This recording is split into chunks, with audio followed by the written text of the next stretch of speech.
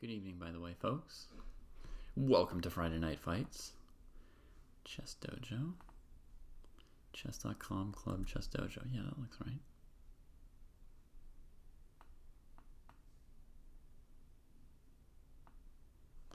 Oh, there's a period where a slash should be. And there it is. All right.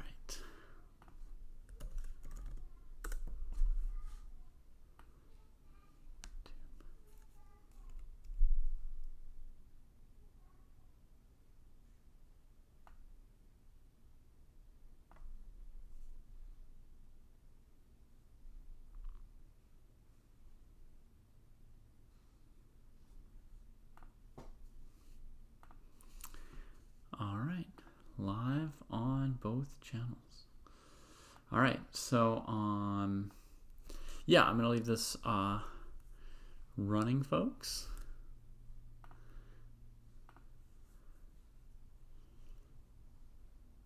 Let's see, that's the Saturday Rapid tournament.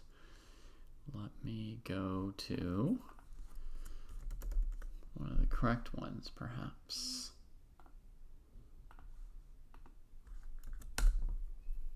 There we go. There's our tournament.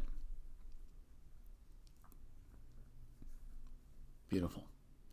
All right, folks. I'll be back in a little bit. For those of you who know what's going on, direct newcomers to the links and the tournaments, if you could. I'm gonna go work on getting the kids to bed and stuff like that, so I can get in a little bit of commentary here as I'm also packing tonight for a trip at 5 a.m. So, see you guys soon.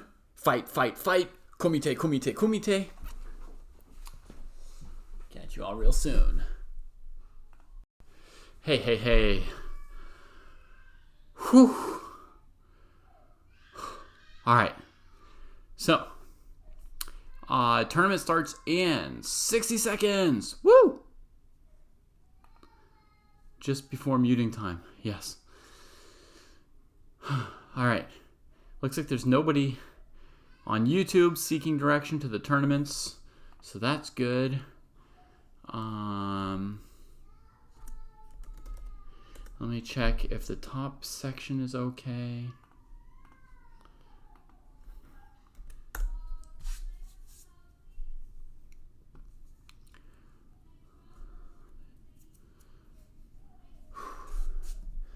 Well, I'm gonna do a half pathetic job of this, Fisher said, because we are leaving at 5 a.m. on a trip. So I am going to be packing during this Friday Night Fights. I'm going to try and get a little bit of commentary in at some point, but yeah, it's going to be a partial coming and going kind of deal here a little bit. Good luck to all the fighters. Games are starting right now.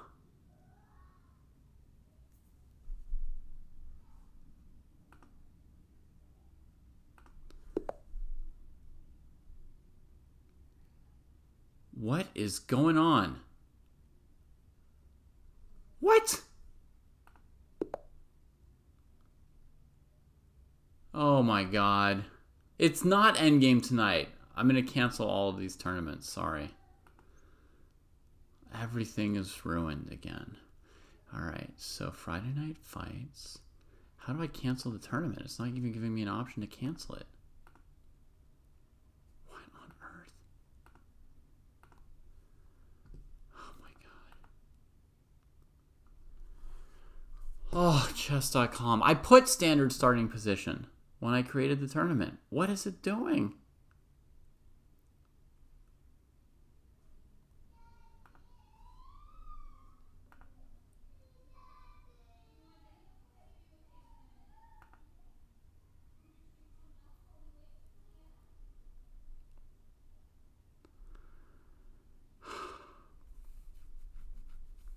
Oh my God.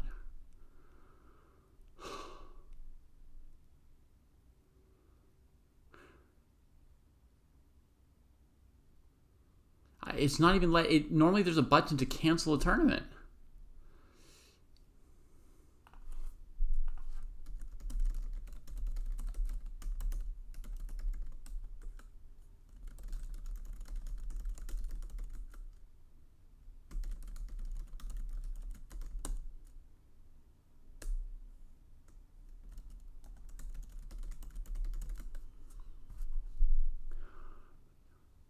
I bet all of tomorrow's tournaments are going to be messed up too.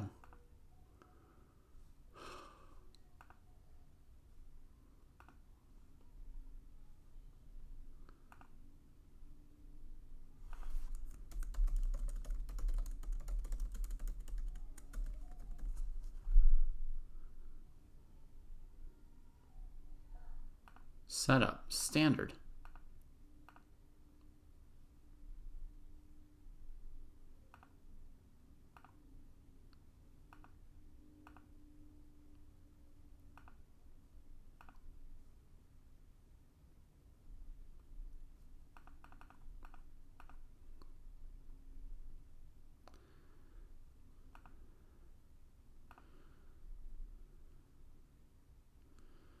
Starts today at least 5 minutes from now. All right, we're going to say 10 minutes from now.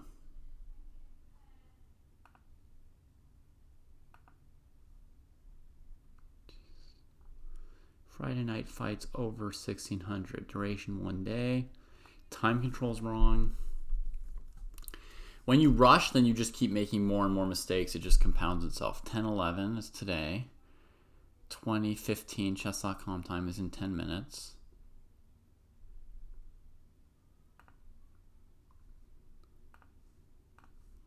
Okay, this should be a new link for the 1600 plus tournament. And let me put it into the fight command as well. And then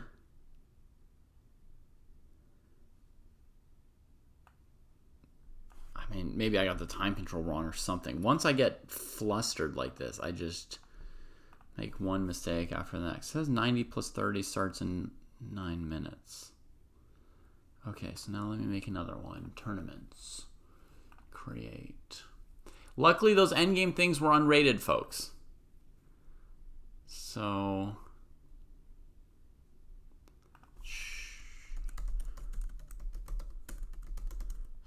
there's nothing to worry about.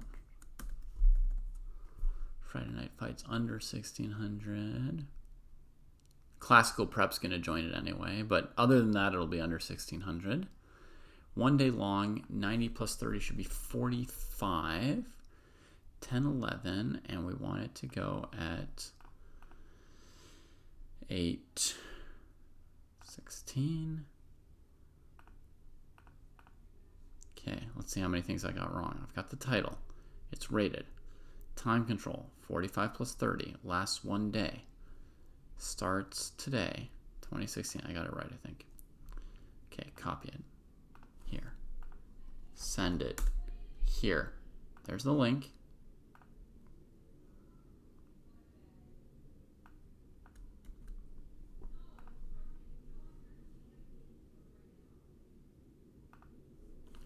Okay, and now let's see if fight has the right links. It should be 07 and 09 are the links. Yep.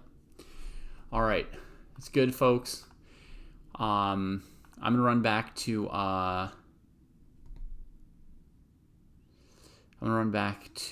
bedtimes, which, as you saw, are unfortunately incomplete. And then I'll come comment for a bit, ideally, if we can get the bedtimes working. See you soon.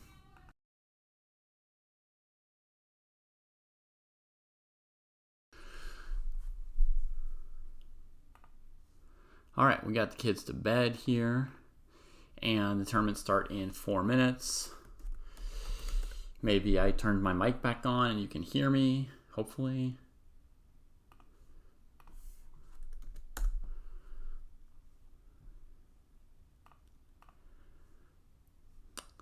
Nice.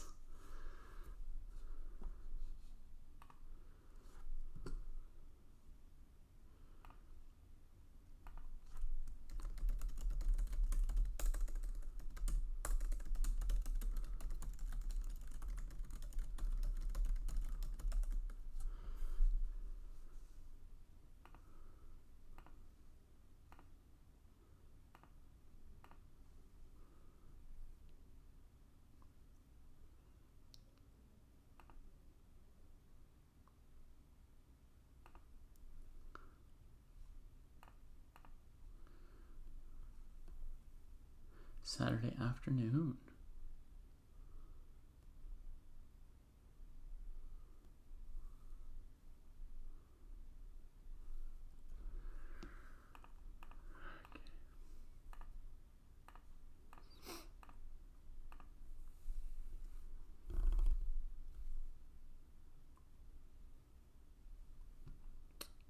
Gotcha.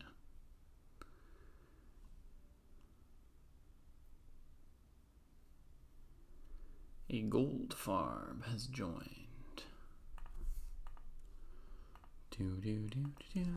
Ba-dum-bum. Let me check the other one.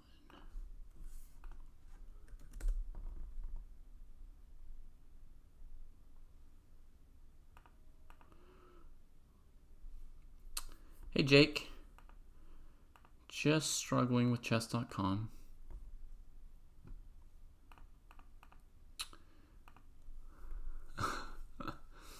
Just struggling with chess.com.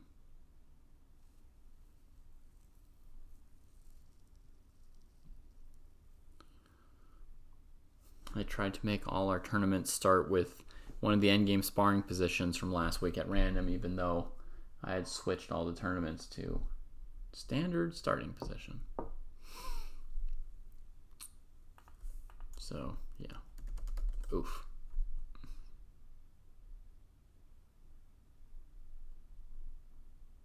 All right, we got enough people have transferred over successfully to the under 1600. So good job, go them. And enough people transferred over to the over 1600. Success. Bravo, folks. You made it work.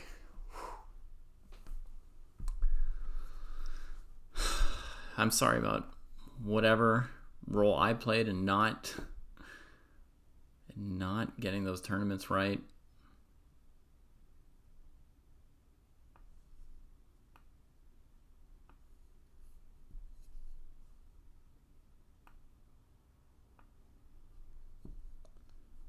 Seems like together we did make it somehow.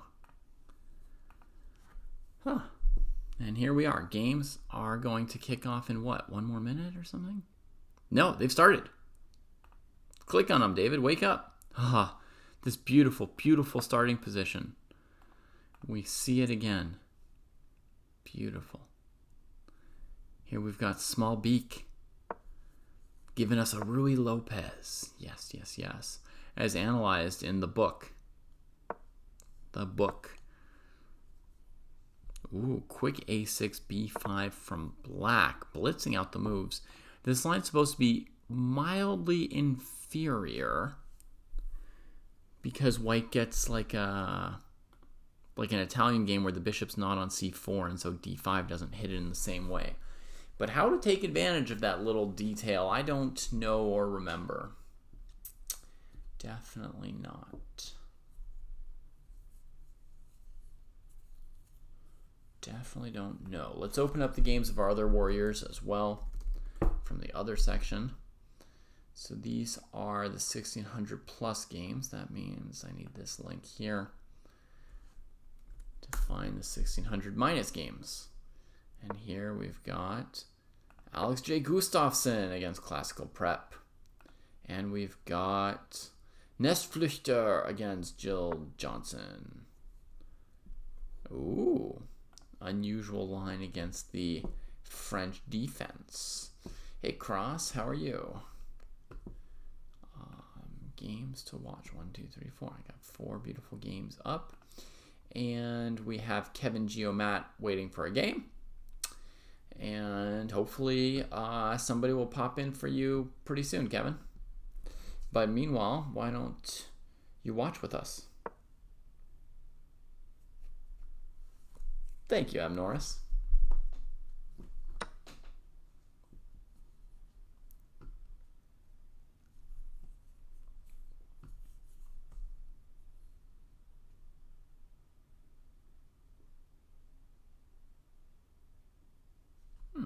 This ED5 move I kind of like for white. Yeah, makes perfect sense to me.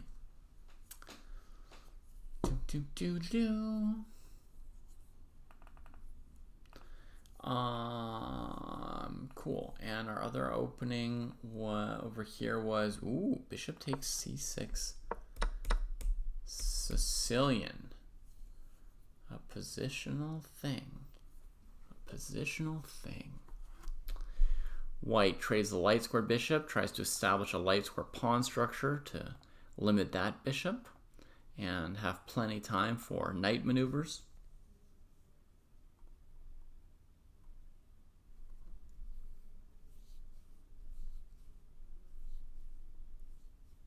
I approve.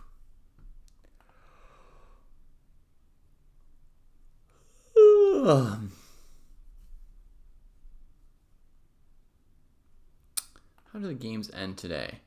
Alice Lee and Tatev with a draw. Thought it would be. That's how it went. Yeah, black had to drum up this draw.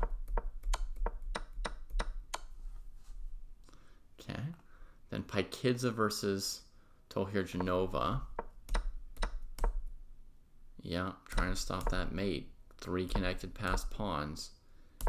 Good luck. Yeah, eventually goes down. Makes sense. And Mishru and Ray versus Oparin draw. Let's see. This is where I was. Checks, some checks, some checks. Yeah. Draw. So Oparin Robson twice. Let's go to round 1. Fabi's game ended in a draw. It was a long game though, 70 moves.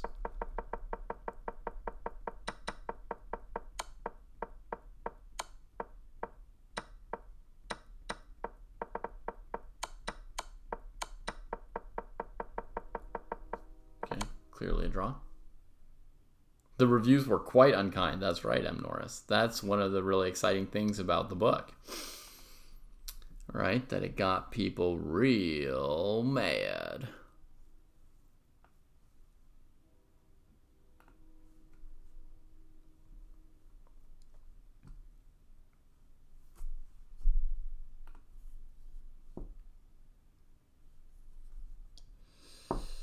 All right.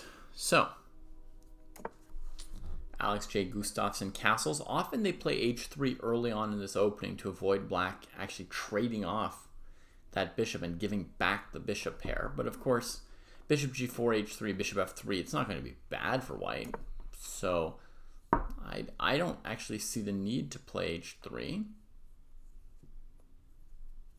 Seems quite all right to me to pass that up.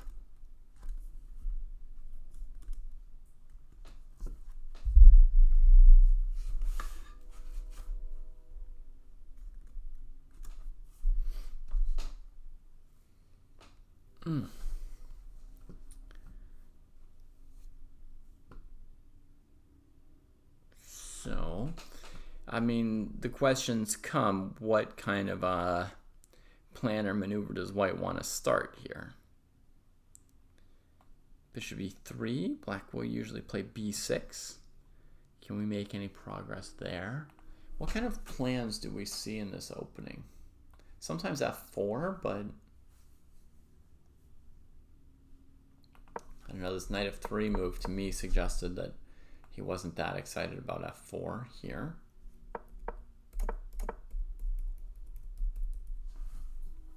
We've got a little difference in the ratings. That's true, Shirogorov, but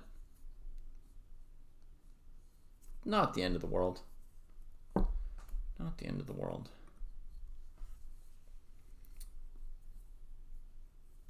We've been seeing very close games, even with 300-point differences. Jake suggests this plan. Yeah, bishop e3, b6, queen to d2. Yeah, idea you could go bishop h6, trade the dark squared bishop off, get rid of the bishop pair that way. Leave that bishop alone, try and make some weak dark squares. I like that plan, Jake. It makes a lot of sense. Although if that's our plan, we might need the move h3 thrown in. Because look, boom, boom, boom. And here, black has both bishop g4, which I guess knight e5 might be okay. Although I'm not sure. It does open up this, so it gets into some crazy questions. But black also has knight g4, hitting the bishop and stopping bishop h6. And one of those moves, bishop g4, knight g4, is likely to be annoying. So I think here it makes sense to take a tempo for h3. And then after black's next move, whatever it might be, we could go with queen d2 and play this plan here, given to us by Jake. That would make a lot of sense.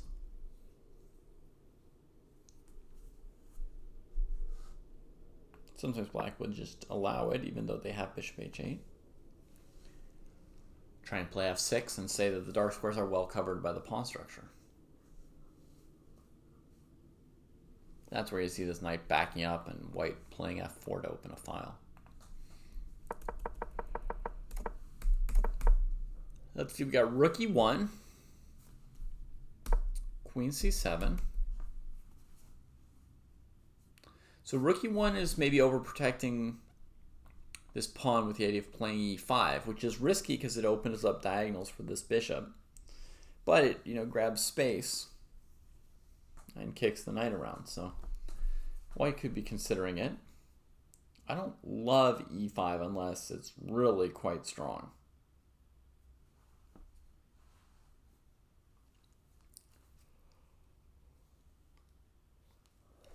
I love h3 actually, even though I didn't think he needed to play it super early to stop bishop g4. I still like it at this point as like a most useful move I could play at the moment kind of feeling.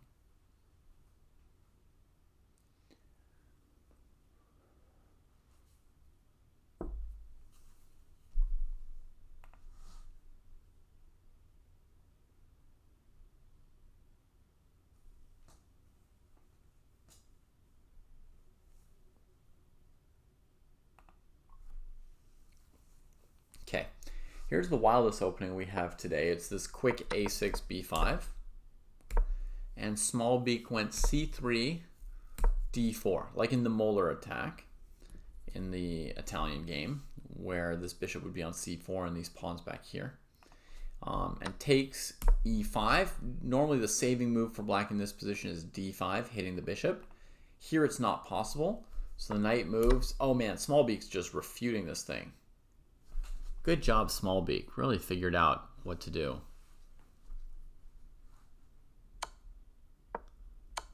Cecchino, white takes over more. And queen f4 is very aggressive here, but maybe not the right move. Oof, it might be a major slip, actually, despite looking so good. Normally, you just want to play h3 here and kick the knight to h6. Take the pressure off your center.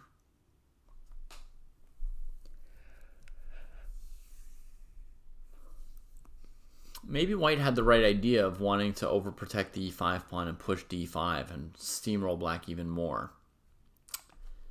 But queen f4 d6 looks pretty okay for black. Unless white can play the ultra improbable move e6 here. Queen e4, interesting. Hitting the knight. That's another development move for black.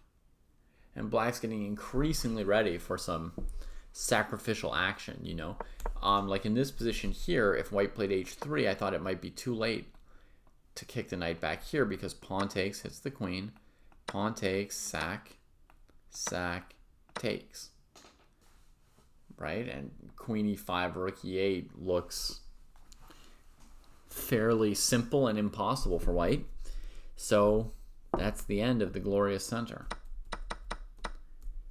So with h3 out, I feel like queen f4 is sort of a slip. d6 looks strong. Here, black develops another piece. Oh my god. We failed to mention that black hung a piece.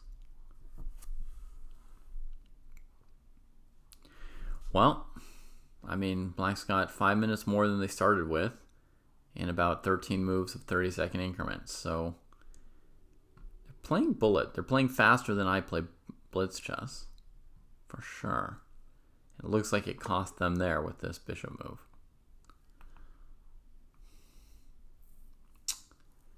Yeah.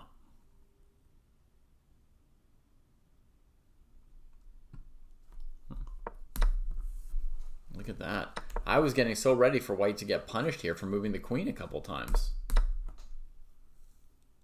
But yeah, I mean, you have to calculate, period, at any phase of the game, whether you're ahead on development, behind on development, in the middle game, in the opening, in the end game. You always have to be calculating. No way around it.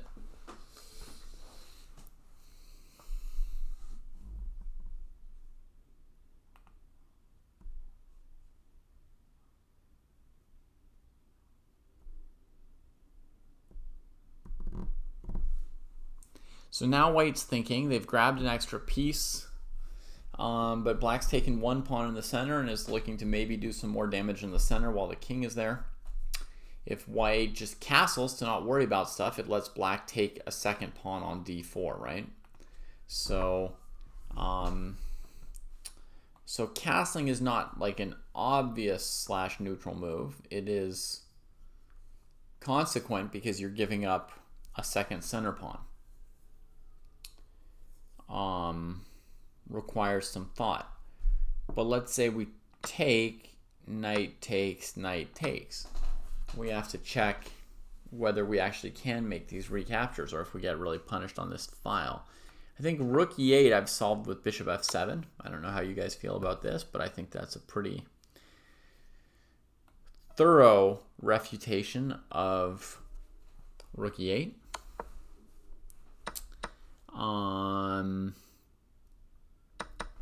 There could also be queen e7, f4 I'm thinking.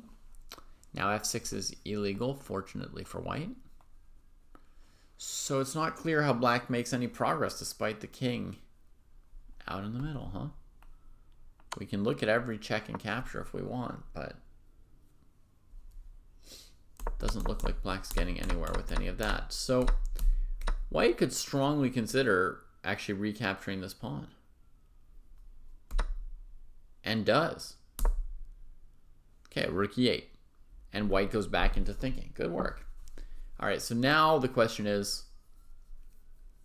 can we let black play knight takes e5 here by castling? At this point, we'll only be down one pawn if we give that. Whereas if we let black take and take, it would have been two, right? So here, it's much more likely that white could consider this bailout because black's got one pawn against a piece. Looks completely winning. But if white wants to be super precise, they can look at moves like queen f4, queen f5, defending the pawn and attacking f7. But then, you know, you start taking risks if you do that.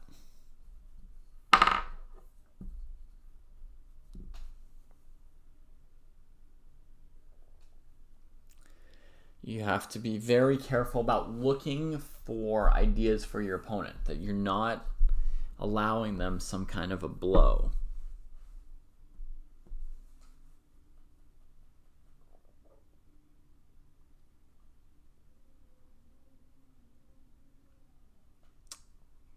I have a different opinion on that than you, Jake. I think sometimes the position requires you to be super precise, whether or not you have an extra piece or not. Sometimes it's so tense and you give up so much by not being precise that you actually still have to try to play some good moves. And in general, the person who's defending often has a choice between forcing their opponent to play 3 or 4 precise moves and then the game's just over and they can resign, or forcing the opponent to play 30 or 40 not very hard moves. That's often like the defensive player's choice, right? The person who's lost a couple pawns or a piece or realizes they're strategically losing. They've got a choice, right? Like, test your opponent for 2 or 3 moves, bring things to a head, add some complications, but then if the opponent plays 2 or 3 good moves, everything drops out of the position, it all becomes clear and easy. Or put up like a slower defense that looks hopeless but forces the opponent to come up with a bunch of moves, each of which individually seem kind of easy to find. So, here if white decides to defend the e5 pawn, they're going to have to be careful and really assess black's options. And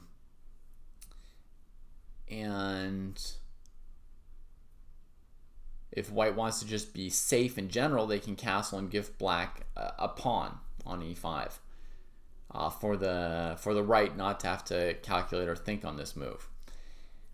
But there's always a question of how big is your advantage, how many concessions can you make before you've made too many. In any case, I think given the game here, being an hour and a half and you have an hour and 20 on the clock and you're already up a piece, I think you can definitely afford to spend some time on these moves, as Small Beak has done. Yeah, if Jesse sees black's time graph, he's going to say some things ruder than I will. I believe it.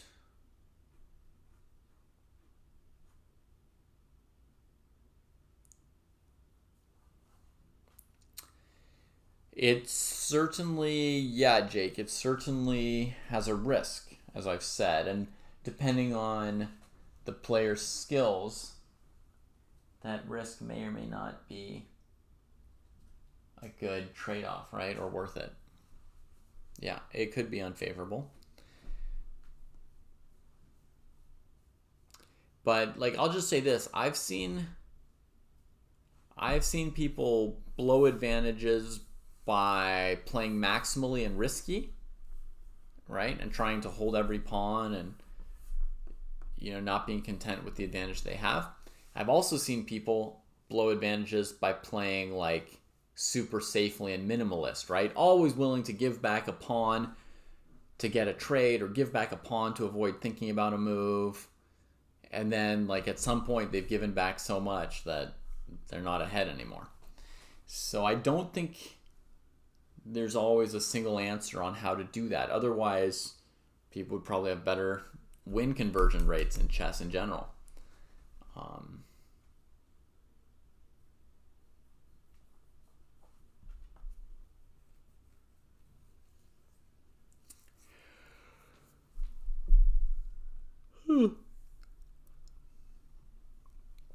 M. Norris, you like knight d2 better than knight c3 because you want to head over to f3 and maybe even g5 and go attack on the king side, huh?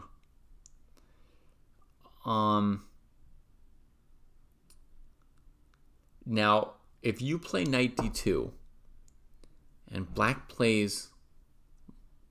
Well, what can black do against knight d2?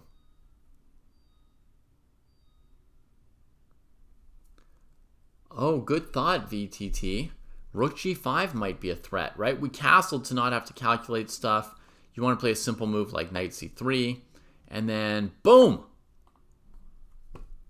Actually, I managed to lose a winning position in just 2 or 3 moves here, yeah. That's when, we're playing too generally, right? Too safely, but it's not safe somehow because we didn't really calculate. So white goes queen f4. Very nice move. Hitting the rook and f7 and getting out of the way of rook g5, it seems. So that may have been a very nice move. A Goldfarb continues to just slam the moves onto the board as fast as possible. Offers a queen trade, which is peculiar. Peculiar when down a knight for only 1 pawn. White's advantage is winning at the moment if they trade queens, so it'll simplify things for them a bit. Chat's also not really in favor of the queen trade, it seems. P. Morphy, my week was quite good. Quite good, yeah. In some ways it zipped by. I did good exercise Monday, Tuesday, Wednesday, and then somehow my body just kind of fell apart yesterday and today, and I I couldn't go exercise. I could barely like walk around the house and lift the kids and make the food. So I'm not crushing any burpees today, but you know, I did my lifting at the gym, and I did my swimming laps and all that. Yeah. Exactly, I'm Norris. Knight d2 in this position here would unfortunately have allowed either queen d2 or maybe this rook g5 tactic that VTT told us about, or VTT. So, yeah. What's an overhead shoulder press, P. Morphy? Is it like pushing this way with a weight? I've never done an overhead shoulder press, so I'm not sure that I know what it is. I'm literally just guessing. You're not an expert either. Okay. Yeah, so I mean, I guess I carry the baby way up here, but the big kids, I don't really do this with them anymore. Yeah.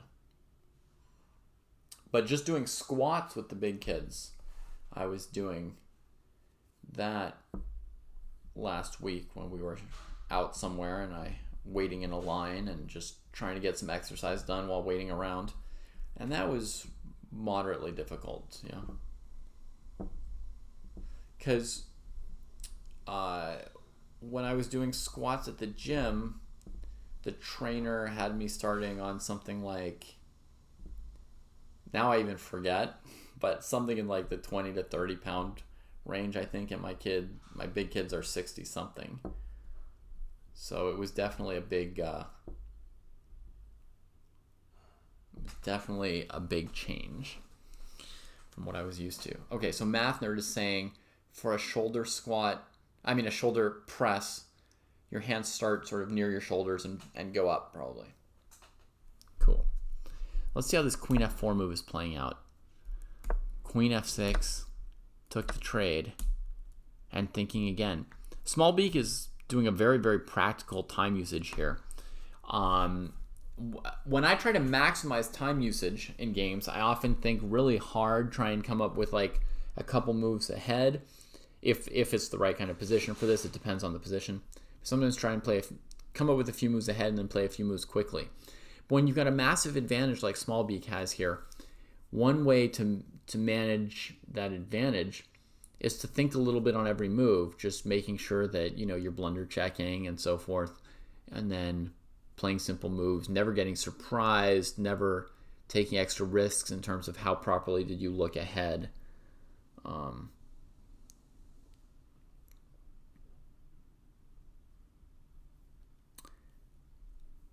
Yeah, for sure. It's a sinking feeling when your opponent's using their time well. In this sort of situation, they don't get caught up in your blitz game. Kevin Geomat got a game, so we can open another game here. That's nice to see. Kevin Geomat playing what? Like a Caro as black, it feels like? Yeah, a Caro.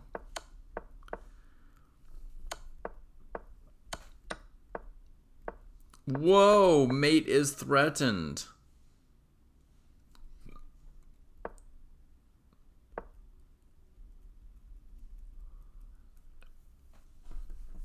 Interesting. So now there's weaknesses over here, so black kind of has to put the bishop here.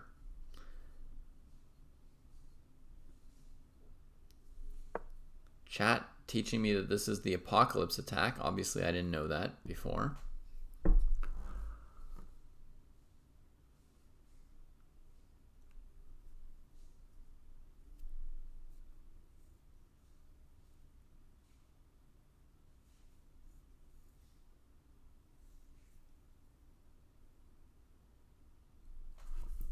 Really, this early knight jump on e5 this early is a real line?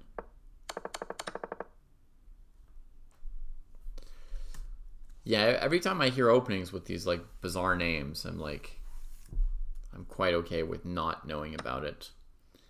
But now I'm curious how bad it is. Let me see.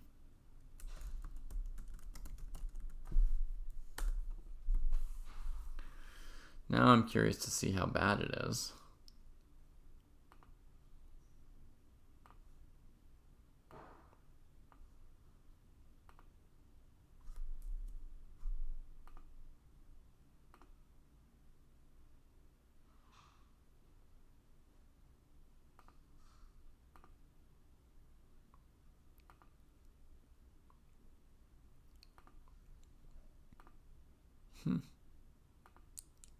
Looks like it's just not really bad at all.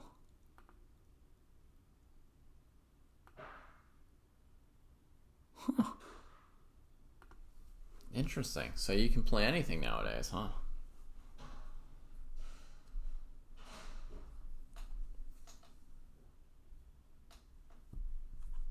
Amazing. The more you know. So this thing has a horrible name, the Apocalypse Attack, but it's actually just another new frontier in computer chess. New opening lines that have been uncovered as being, playable.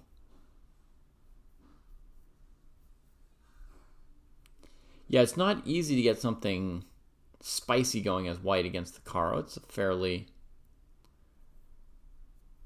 potentially solid opening.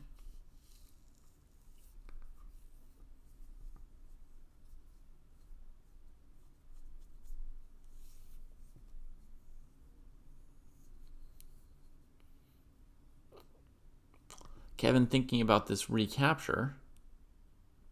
Why is that? Is it because of bishop d4 being playable? Oh my goodness. And plays it. Now that is some open-minded chess for you folks. Incredible. His concept is that he's threatening bishop takes c3 check if white tries to save the knight, say with knight e5. So he thinks white's going to play, bishop d2 or castles, and then he'll recapture the knight and be up a center pawn.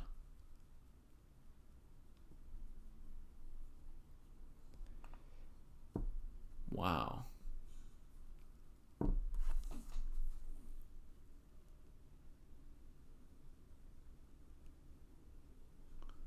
But let's say white castles, so it's not check. Now I wouldn't give up my dark squared bishop for just a pawn. I'm only giving up that dark squared bishop if I'm getting a rook, right? So takes, and then here. Black's won a pawn, but the king position, I guess he just goes the other way and says it's all okay. Wow. Amazing. Amazing. That is some creative outside the box thinking from Kevin Geomat, probably accompanied by some moderate calculation as well to back it up. Impressive. Impressive stuff. All right, guys, I'm going to leave you with this exciting game for a bit. Go check on the packing, and then check back in a little bit. Tournament loss was against this opening. Were you the one playing the Caro, Jake, and your opponent played Apocalypse against you? So that, if I'm understanding it correctly, that means you, as a Caro player, knew of the Apocalypse attack to such an extent that you actually had prep against it that you were able to bungle or forget. It's amazing. Now, I mean, in my day, I would have never had opening prep for the Apocalypse attack. So I would have never been able to bungle my opening prep, I guess. I would have, I don't know, played knight c6 and traded a piece or two and... Okay, Hermat's castles. I think, although it was very enterprising and cool of Kevin Geomat to win this pawn, I think it's still an open question whether that pawn's going to pay off, right? So we'll have to stick around and see what becomes of this game. But I'm going to, pop out and check on the packing, like I said, and be back in a little bit, and I'll just bop back and forth.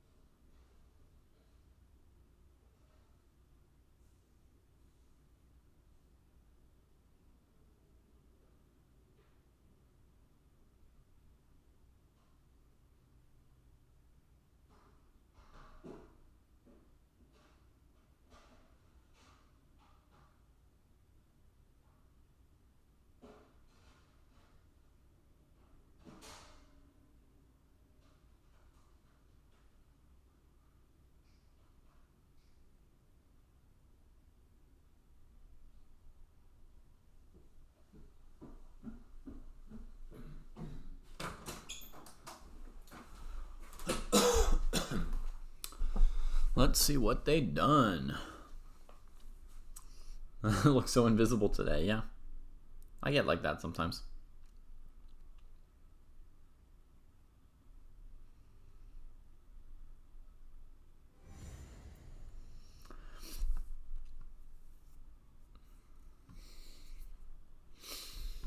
Right on, right on. I love it too. And it's very, very popular among our viewers. We get very, very positive ratings for the painting. Bishop d2, yeah, so here I was thinking bishop h6.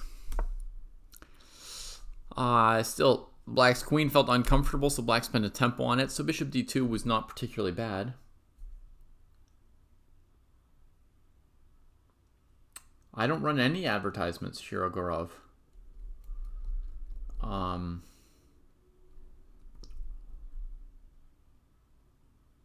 I have no control over, or not that I know of. I don't have any control over Twitch ads. If Twitch is serving you an ad or something like that, I apologize. And yeah, we only use Twitch because that's somewhere where people can find us. It's not because we want to use Twitch. I just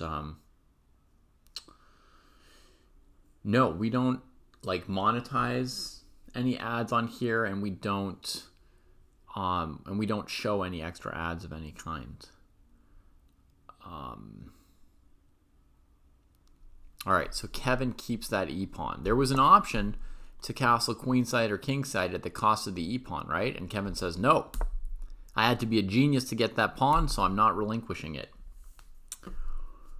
And so e6 was the move, and that holds the pawn nicely. And black's structure is looking pretty solid at the moment, like nothing too creaky, no real compensation for the pawn. What?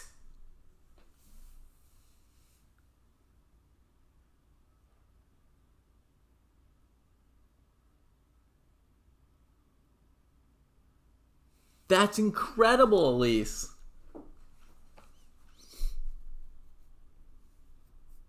Fair enough, Shirogorov, and I appreciate you sharing your opinion with me. You know, I always like to hear other people's opinions that are different than mine. So, but Elise, that's like incredible. Congratulations. I remember the first time I beat a GM, and what, oh my God, it was one of the happiest moments of my life, I think. So, you must be flying high. You must be flying very, very high right now.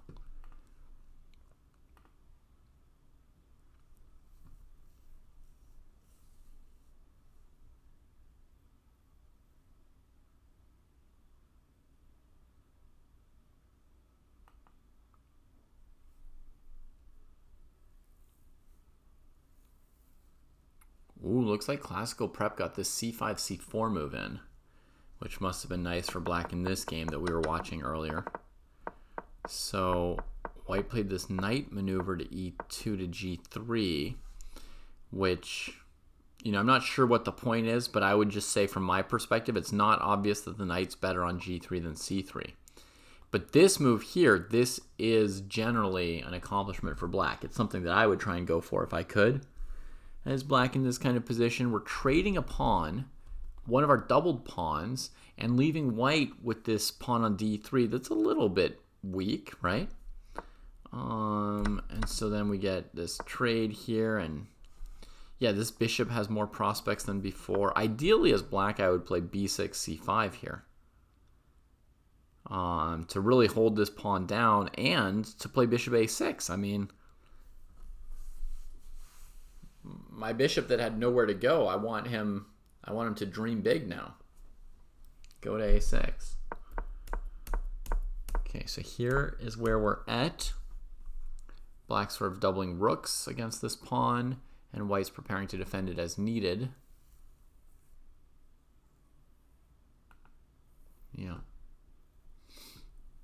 But, you know, a pleasant little positional advantage for black here at this point in the game. I'm pretty confident.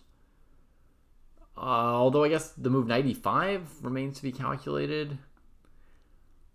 Black probably has something in mind, but you know, you always have to verify. And white's verifying.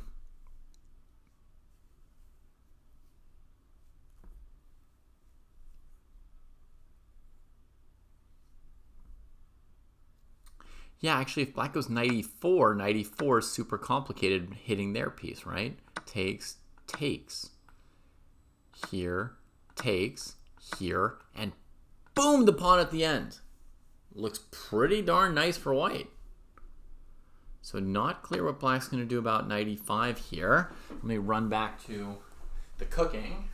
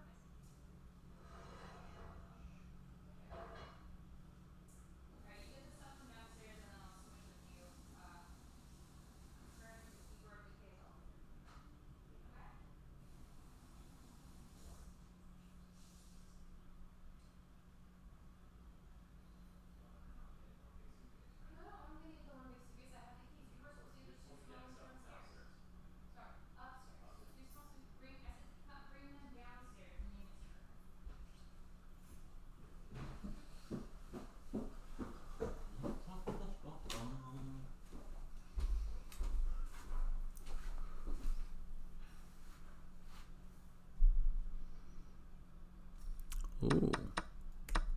Look at this. Nice calculation from Alex J. Gustafsson. Oh, yeah. Sacks the exchange rather than trading all the way. Oh, man. White just turned this game around. And now he can choose to grab a pawn, even. If he's saying black doesn't want any part of this. Because honestly, how does black even stop checkmate? So he could grab the pawn if he wants to be ultra greedy and calculating. Otherwise, d4 is a safe move.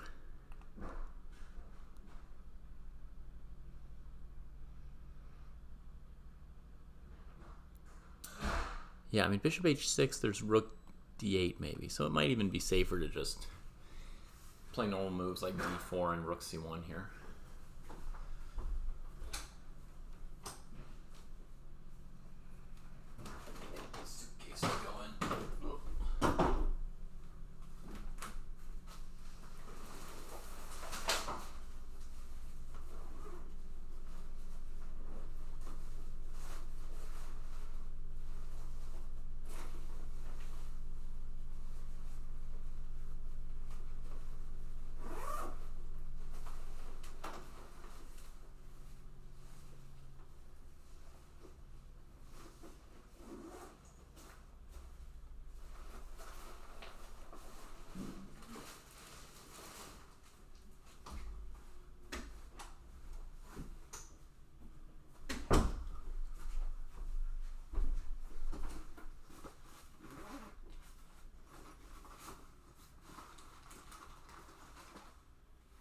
Aha.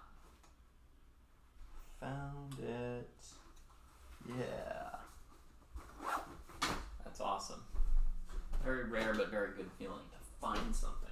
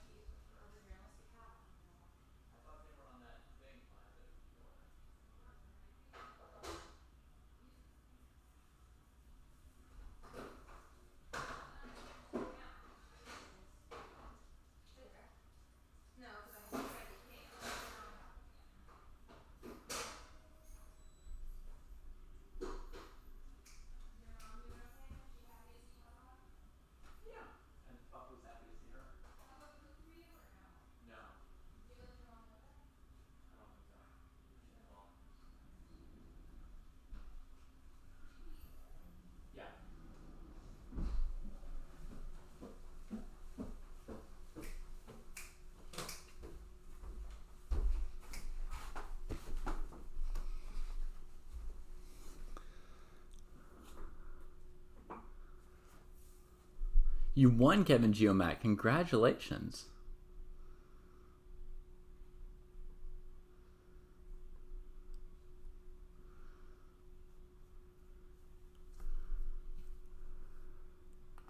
D4. Good choice. Rook here. Yeah, rook D2.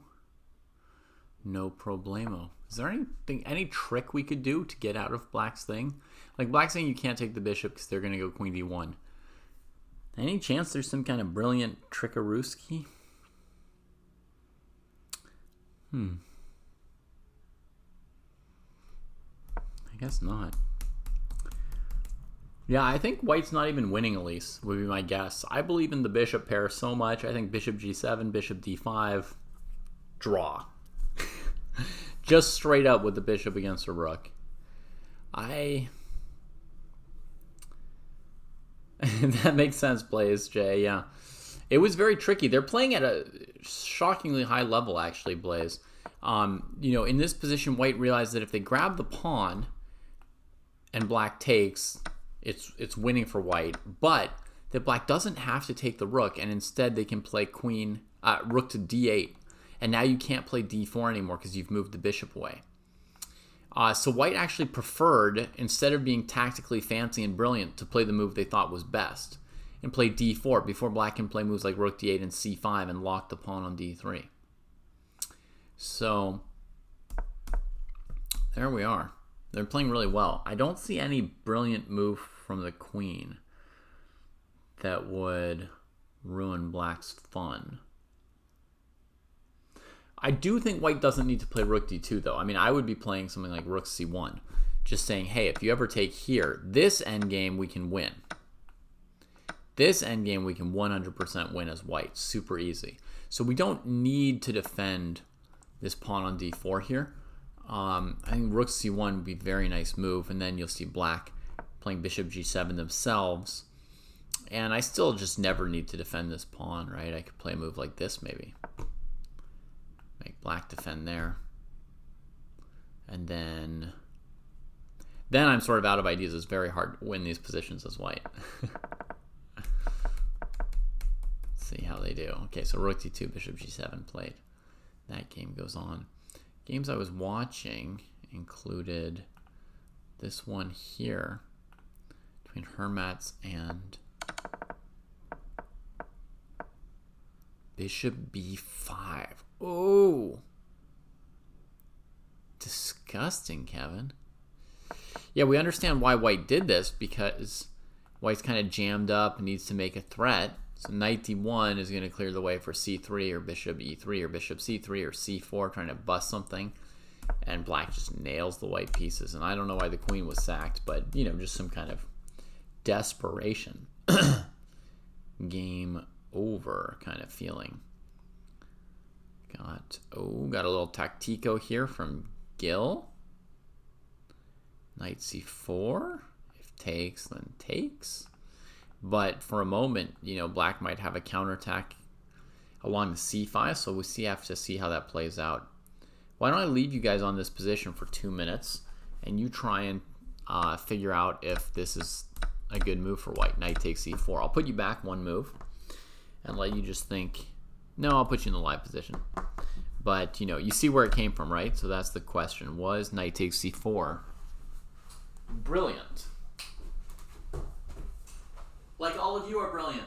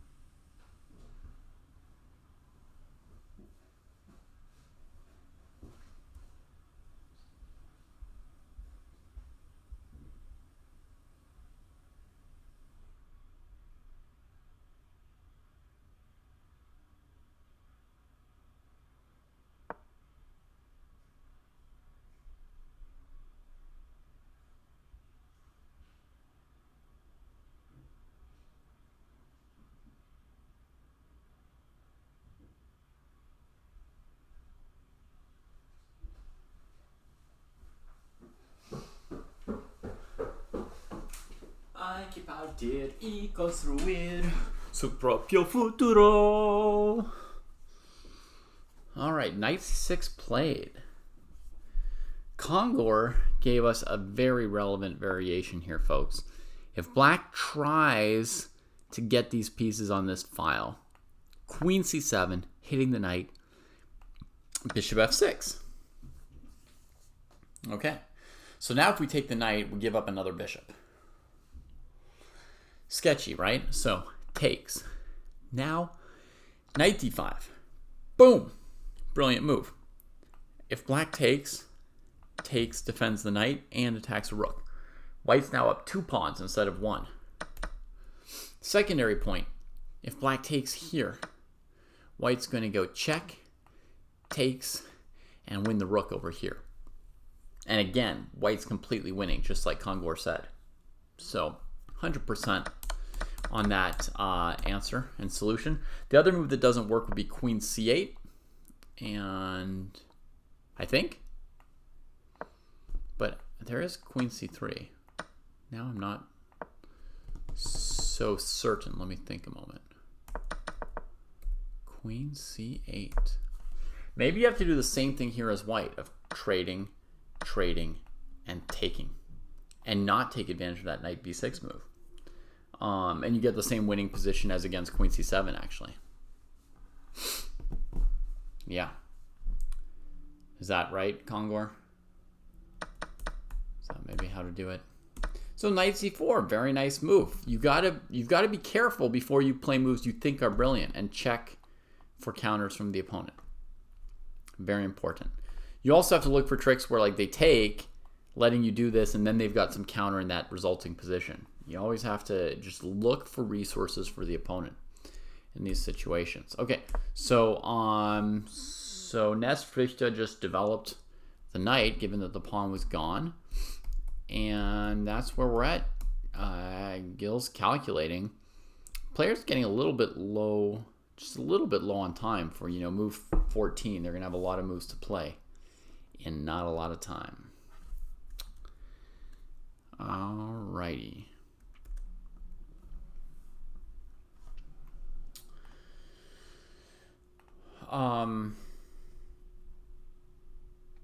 So I just have to pack and get to bed and stuff because we have to go at 5 a.m.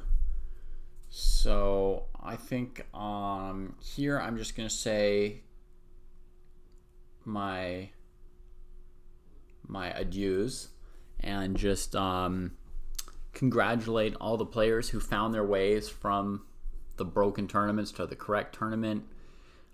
Every week we salute those of you who come to fight like this and do the real hard work of training and getting better, and hopefully not just the real hard work but the real fun work as well.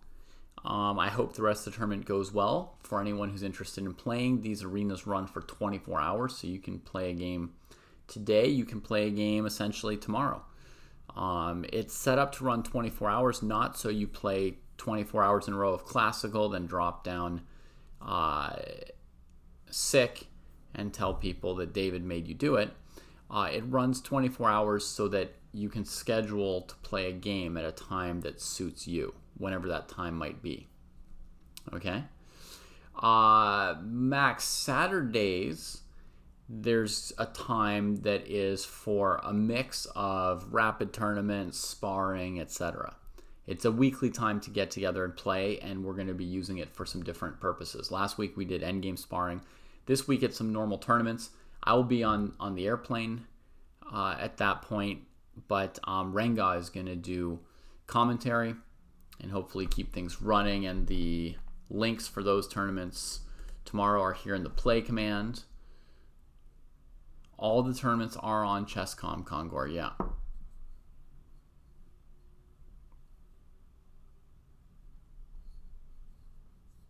Yeah. So, all right. Be well, everybody. And I will see you soon from Hawaii.